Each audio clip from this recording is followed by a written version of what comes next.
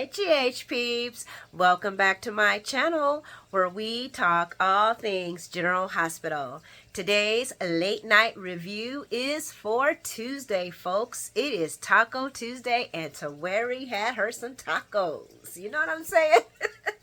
It is March 5th, 2024. Hope you guys had a good day. I had a pretty good Tuesday. I cannot complain. I really can't. How was GHing for you guys? Any highs? Any lows? Any oh my goodnesses? Oh my goodnesses? Oh my goodnesses? Because it was a juicy day, guys. Oh my goodness. Y'all see I'm hyped, right? I am so hyped up. I just got through watching it.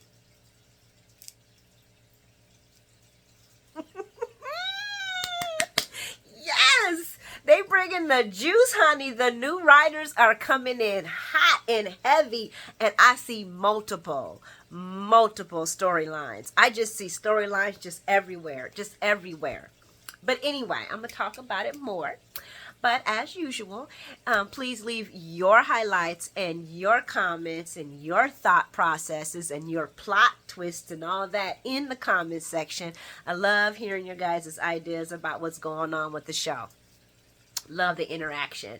And if you haven't liked this content and you like the content, hit that like button, guys. And if you haven't subscribed and you feeling the vibe, hit that subscription button, peeps. Yeah, guys, I am hyped up, okay? I'm like, oh God, what is going on? But anywho, let's talk about, we're going to talk about the first, the first part was kind of boring. I ain't gonna lie, it's the Ashford home. And I'm wondering to myself, I thought we already had, rehashed this, went over the feelings of Marshall's misdiagnosis. I was kind of shocked that we're still talking about it. Am I wrong, guys? Am I being wrong? Am I being wrong? But I felt like we already crossed this bridge, so why are we bringing this bridge back up? But I think this is an opportunity to have a reason why we won't be seeing Donnell.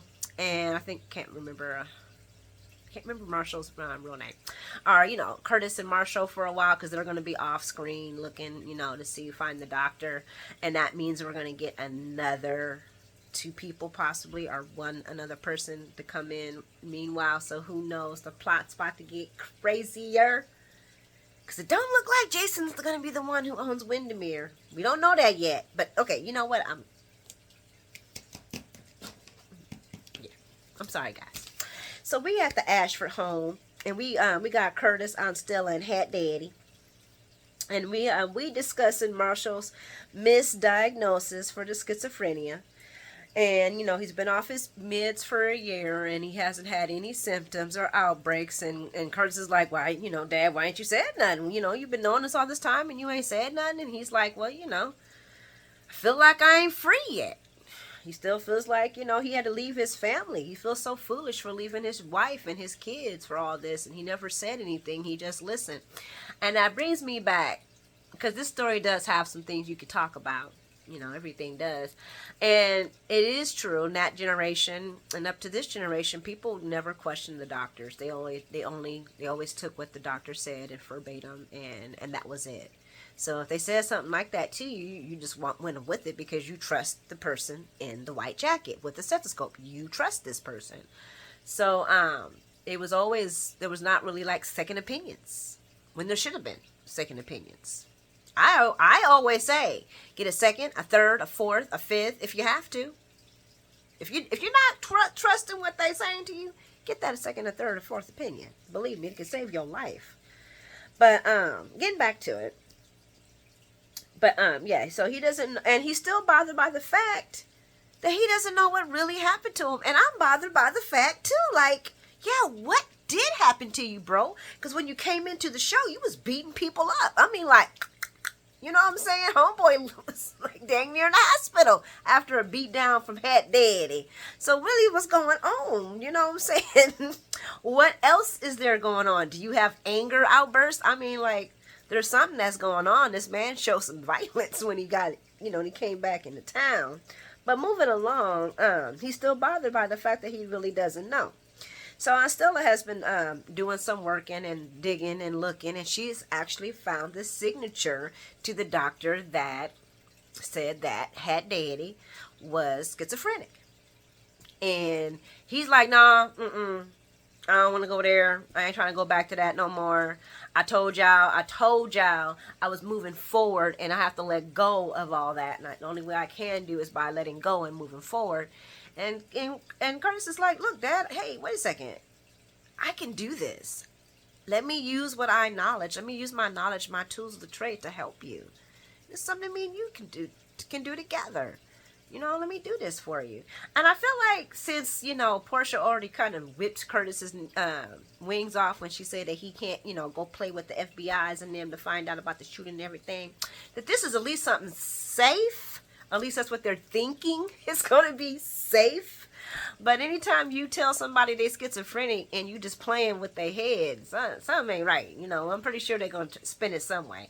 And now that we got the new writers, this story might have a kind of an uptick to it. You know what I'm saying? It might be something that, we actually can look forward to.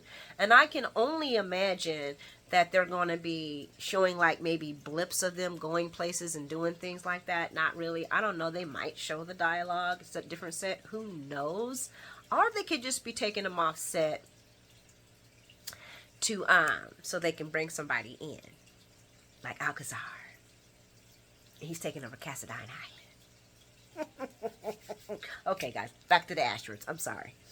So, anywho, yeah, Aunt Stella agrees, and she tells him that it was the pain that was talking, and this is his chance to set himself free. And Curtis reminds him that, Dad, this time you're not alone. You was alone then, and now you're not.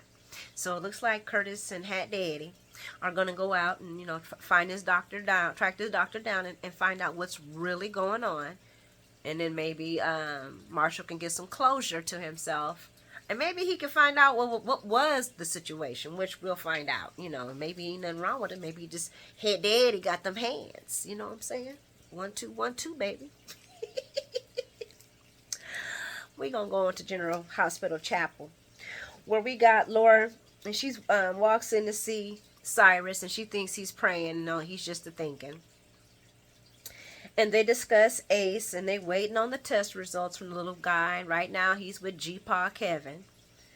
And Laura is warming up to Cyrus, guys. Y'all see it. Laura is definitely warming up to Cyrus. And,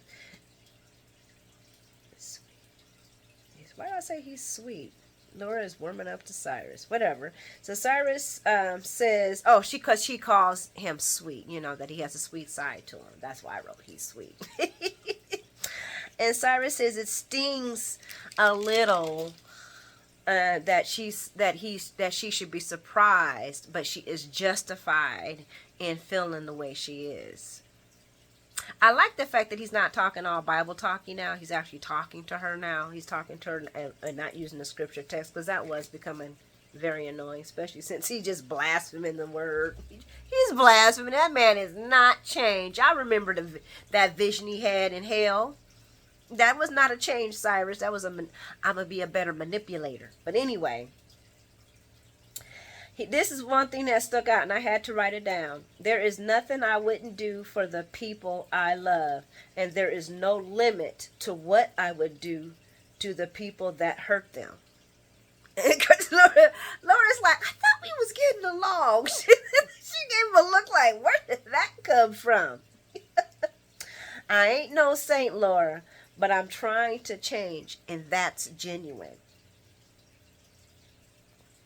So Laura says that she sees that he's trying, and I'm like, trying to do what? Be master manipulator? And Cy is laying it on thick, talking about how much, spending time with Laura and the family is actually making me be a better person. And I'm like, okay. Laura says that she always knew that there was goodness in him deep down. And I had to think back to, well, when did she know this? When he was out there, getting, poor Sasha on the pills. Was that when he was, out here pushing pills out to people and people were ODing?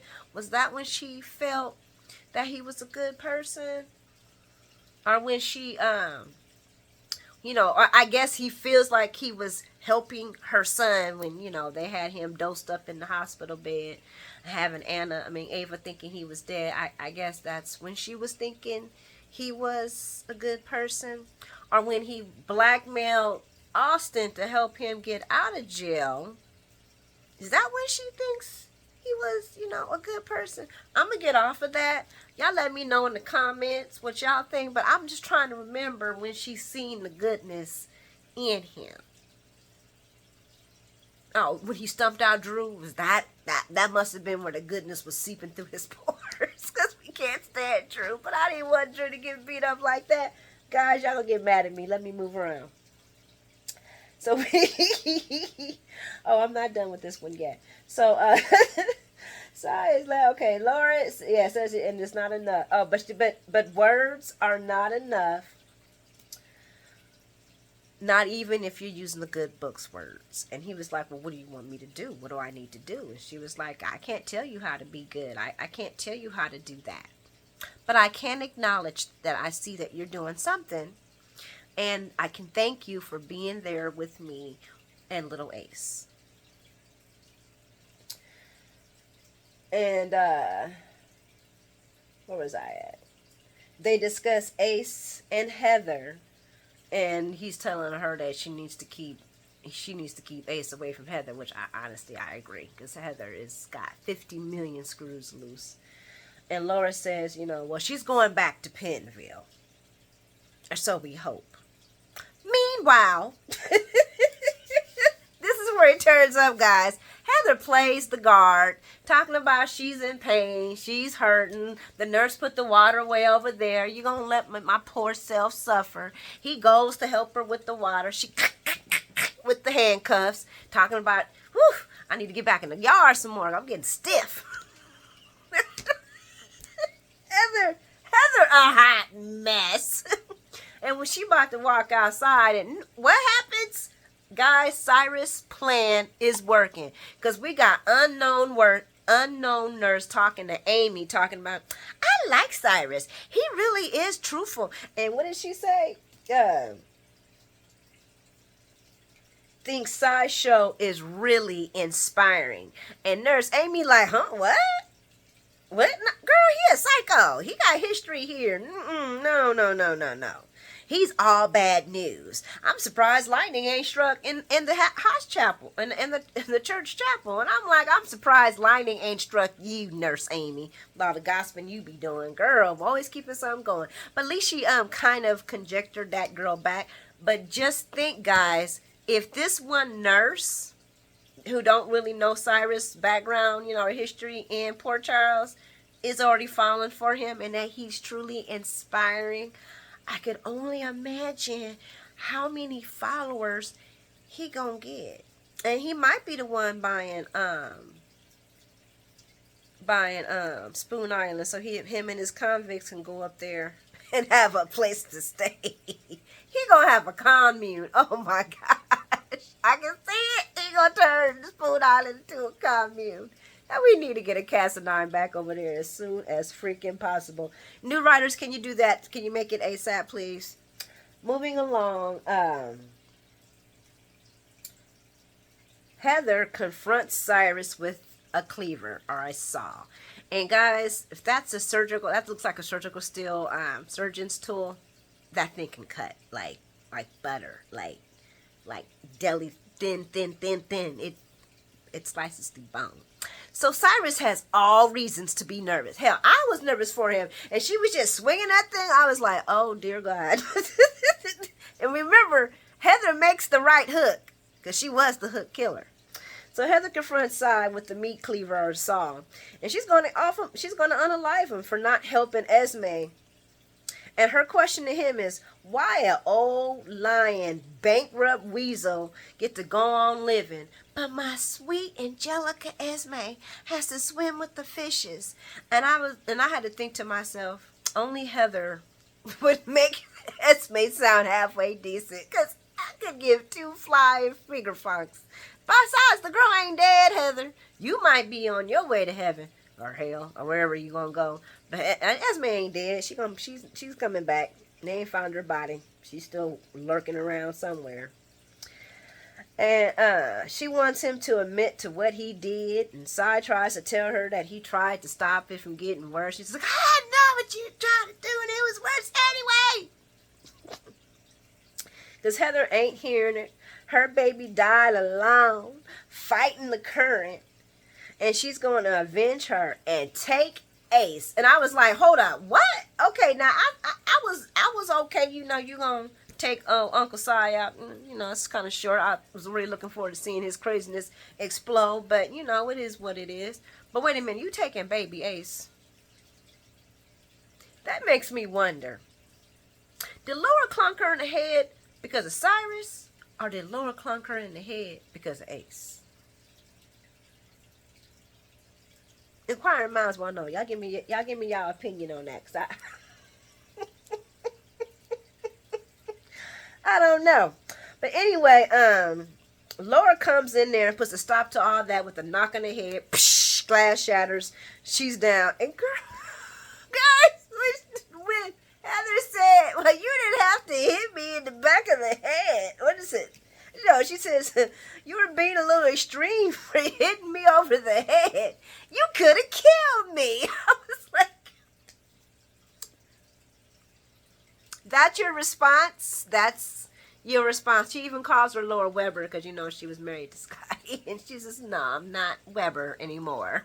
Heather's off the chain. But as Heather's being escorted out, and Laura's like, I think I might have hit her too hard. She acting strange.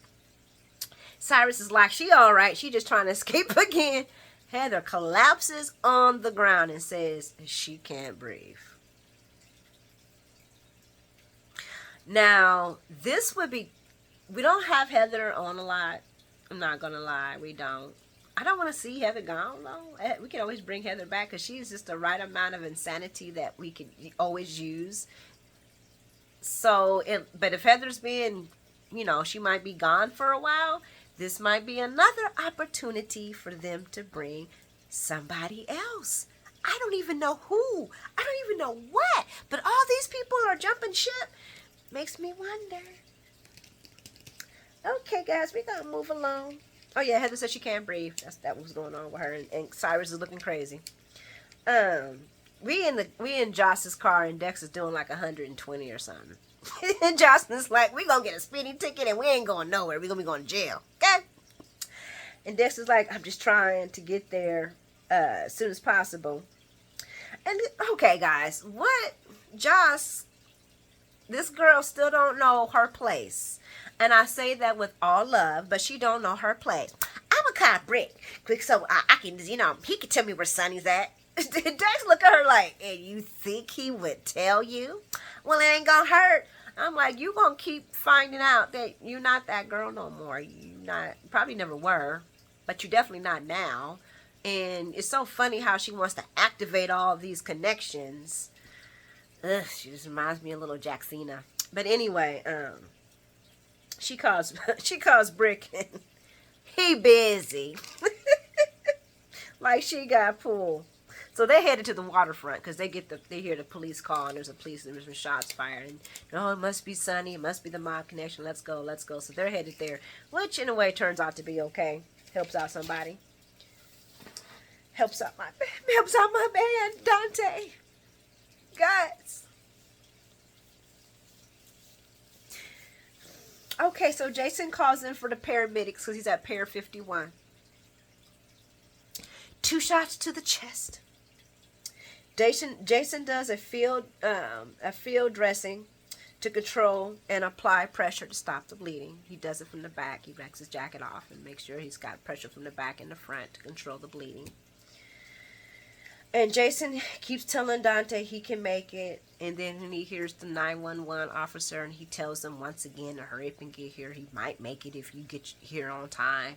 He takes off. And that's when Joss and Dex walk up, of course, because Jason and Dex can't be in the same building or the same time zone. It ain't gonna happen. GH might blow up. No, I shouldn't say that on YouTube. Sorry. So Dex applies more pressure, and he talks about him possibly having gunshots to the, and they might have hit the lungs, which is why he's breathing like that. And those are called sucking chest wounds. You can tell by how they breathe, and then you have to apply even more pressure, and that's why Dex was applying even heavier pressure on Dante to prevent the lungs from filling up with blood. And yeah, so Joss picks up the phone. She sees it's on. She sees it's on. She picks up the phone and she starts talking to the operator. And the operator's like, "There's somebody else there?" And she's like, "No, it's just us now." She tells us that gives them the update about Dante and verifies the location. And then the person who should not have a badge shows up finally. Chase, Dante, with his gun drawn. I'm like, oh yeah, okay, yeah. You're about 20, 30 minutes too late, Mr. Officer Do-Good. He's Officer Do-Goody. Officer Doofus. He left my man on the ground bleeding out, being Officer Doofus. And he says there's no pulse. And they start chest compressions. And then by the time the ambulance gets pulling up, Dex gets the pulse.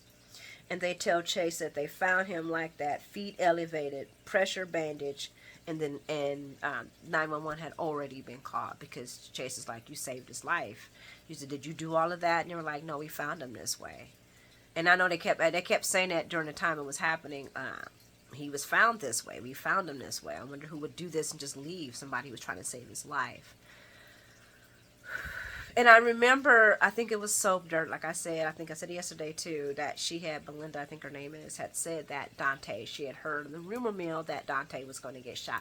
And I just was like, that's, because sometimes she'd be wrong. So I was like, that's no way. They would not let Dante get shot. They would just not do it. Rocco already don't have his mama. We don't have his mama, Rocco or Dante. Is anybody going to bring Rocco? Are we going to see Rocco during this whole anytime? Are we? Poor Luke, poor Rocco. He don't got neither one of his parents. And Laura better go get her grandson. She can take care of Ace. She can take care of Rocco too.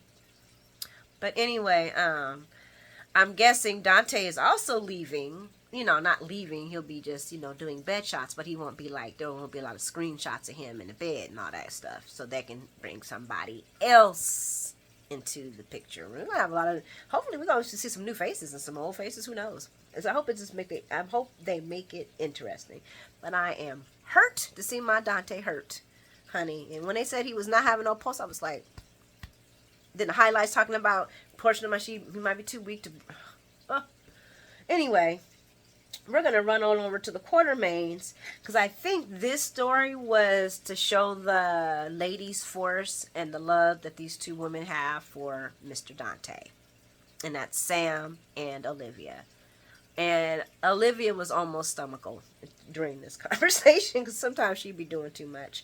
But anyway, Sam tells Olivia that the party was a success and that it was a success because Daddy Drew was the one who threw it, and it was just the ultimate party because it was all thrown by Daddy Drew.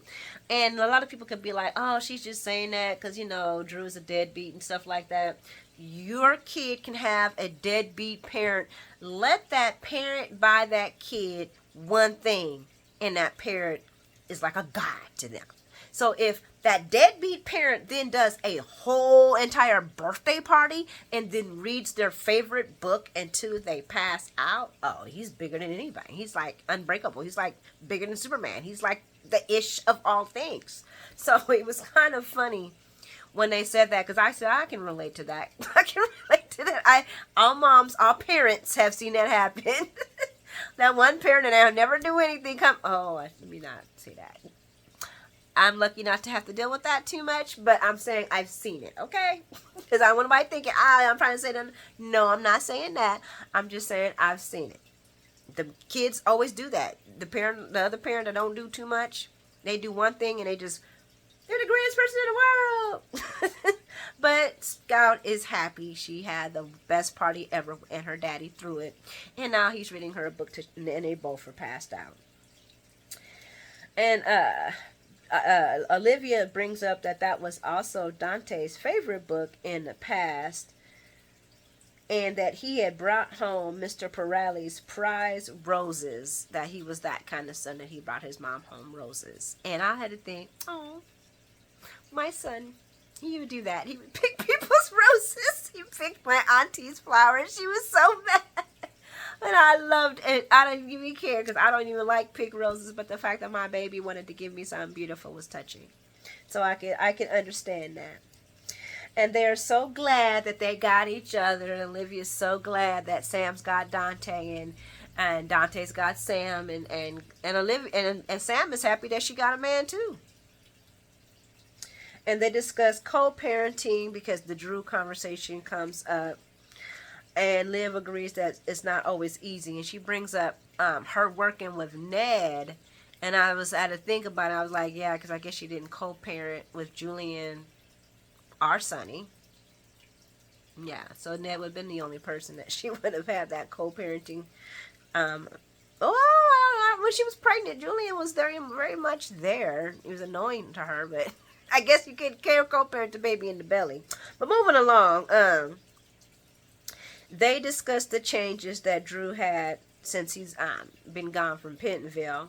And Olivia tells her that she relates because Dante had came back a completely different person. You know, when he got his brain messed up with from the WSB, and he had been tortured and all that, and he had PTSD. And how Sam saved him. And I had to think for a minute. I was like, Sam saved Dante? Dante and Sam were together then? And I didn't get a chance to really do some digging because y'all know how GH likes to change certain things. But I didn't know that him and Sam were together. And even Sam says, oh, well, no, that had nothing to do with me. And Olivia's like, no, it was. I mean, I'm not saying it was you, all you. She was like, Dante had to do the work, but him falling in love with you really helped his heart heal. So I think she was trying to clean it up, but y'all let me know. I'm gonna do some investigating of myself, but I couldn't swear they weren't even together. But Olivia does add, and y'all weren't together then, and I still seen the spark that you gave my son when you entered into his life. And I'm like, are they just doing all this huff, huff, huff because the boy shot? I'm gonna skip past all this other crap because, you know, basically, you make my son happy. I'm so grateful. Y'all gonna get married. Sam's like, I like the way it is. I ain't trying to get married. Don't tie me up. My man Stone Cold's coming back. No, I'm just joking. He ain't gonna get back with Sam, even though I would love for her to do that. And that's when Joss and Dex enter the room and tell them both that Dante has been shot. I don't want that for Sam. That's sad. And I definitely don't want that for Olivia. And we all know how she gets when she gets emotional. Moving along, we're going to go to Miss Wu's warehouse because, as usual, I saved the best for last.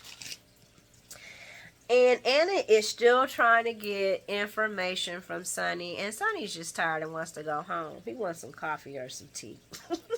Sonny and Ava are not under arrest. Sonny says, are we under arrest? And they're like, no, not technically. And Ava says, okay, then we have the right to go. And then that's when John threatens Sonny and Ava with holding them for 48 hours in some unknown, and I'm going to say unknown before y'all come at me, because he did not mention the FBI location that he would be storing them at.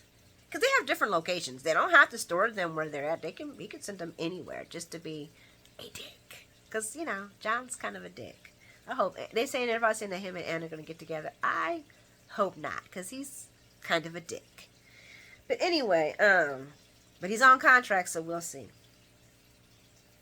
So, Sonny asks Anna, is she okay with this? And she backs down and says he has the right to do his investigation. And Sonny tells her this has nothing to do with the case at all, but this has everything to do with Miss Karen Rexler. And that's when John says, you gonna keep my woman's motherfucking name out of your motherfucking mouth.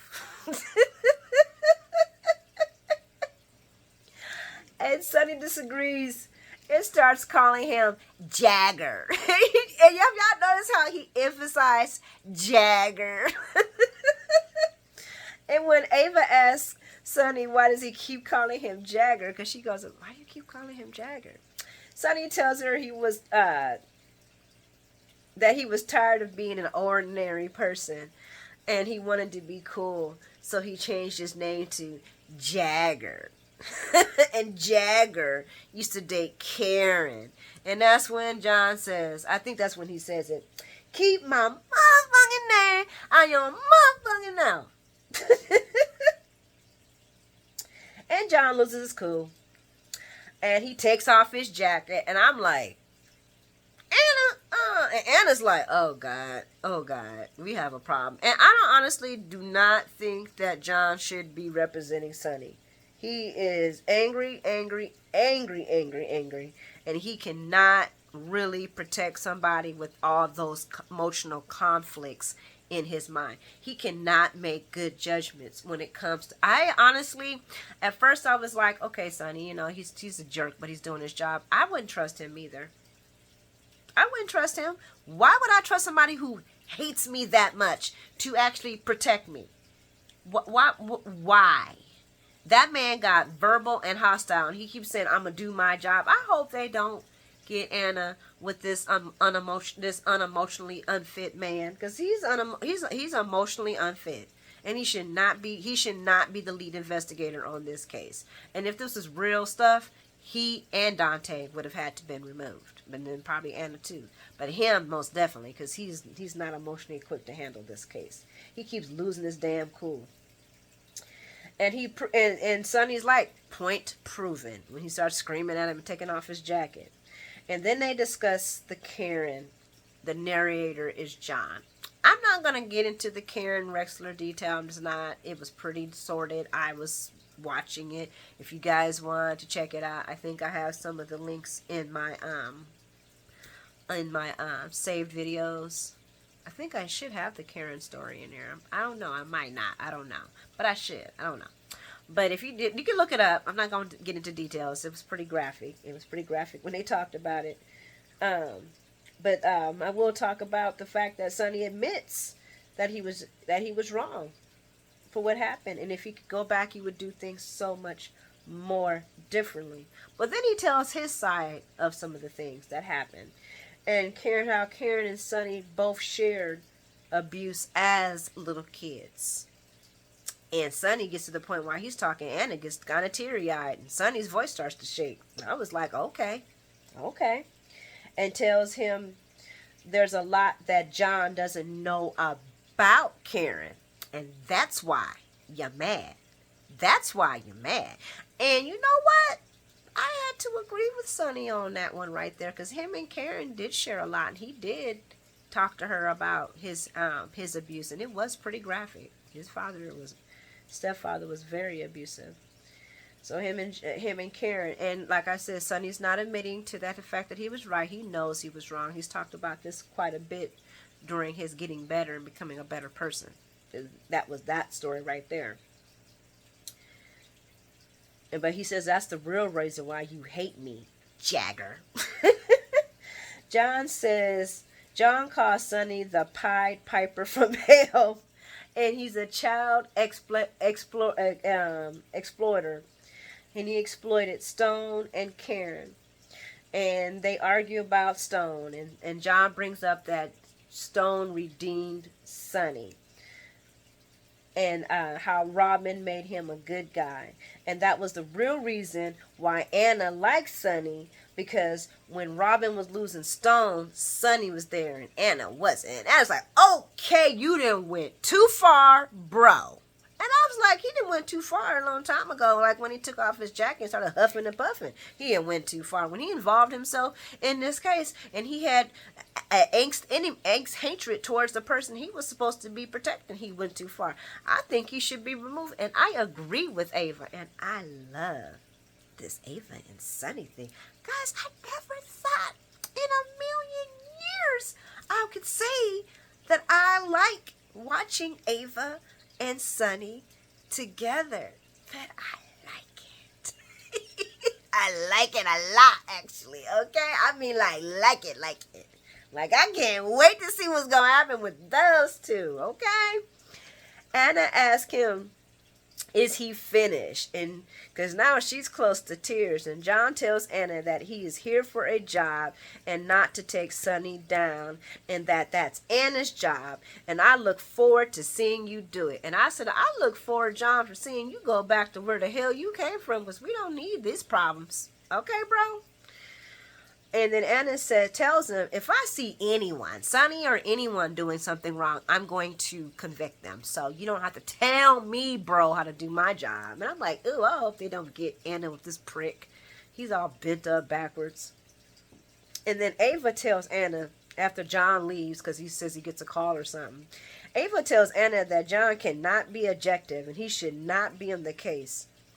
And that's when Anna's like, okay, and then she steps off, and I think that's when she gets the call about Dante. And Ava tells Sonny that she believes him about Karen, but Kate's never will. An FBI grudge is a bad enemy to have. And I'm like, look at Ava and Sonny conspiring, talking together. We never thought this would happen, guys. I never in a million years thought I would see these two so agreeable. I'm for it. And, you know, I'm not even for it because it's going to hurt Nina. That's not why I'm for it. Honestly, you get them how you lose them. But the Ava and Sonny thing is a lot more on fire, flaming hot than Nina and Sonny. I'm just saying. There's just sparks and spokes and craziness going around, and she's just such an alpha woman, and Sonny's an alpha man, and woo, I love the fire. I don't know. I'm feeling this, guys. I'm feeling the Sonny Ava. I don't know why, but I'm feeling it. But anyway, Sonny asked Ava to go ahead. Because they're gonna probably hold him for 48 hours, but they're not gonna hold her for 48 hours. So he needs her to get a hold of Dean so they can get a hold of Spinelli so they can get the footage, because he knows the FBI is gonna find it and then they're gonna take it, and Sonny wants to see it before Jagger does. Because he don't trust Jagger, and I don't blame him. And Ava's looking at him, and I'm like, yeah, honey, he trusting you, boo. Girl, my goodness, Lord. So that's when Anna comes in to tell Sonny that Dante has been shot, and he's in critical condition. And John finds the cameras, and he says we got to find who got the cameras, who's seen the cameras, and what the cameras, who do got to find whoever doing it.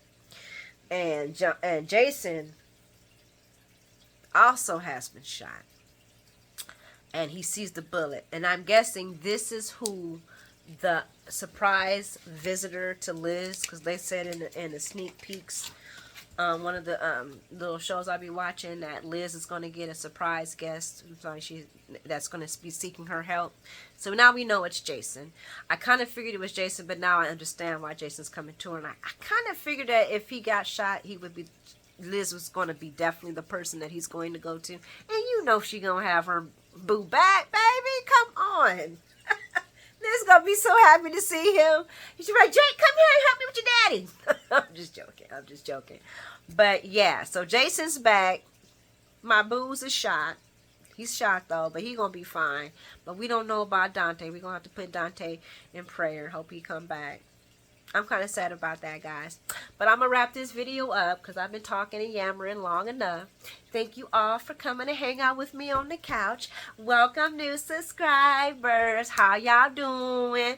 Guys, hit that like and subscribe button. You are amazing. Have an amazing tomorrow. And sleep well. Mwah. See you tomorrow, guys.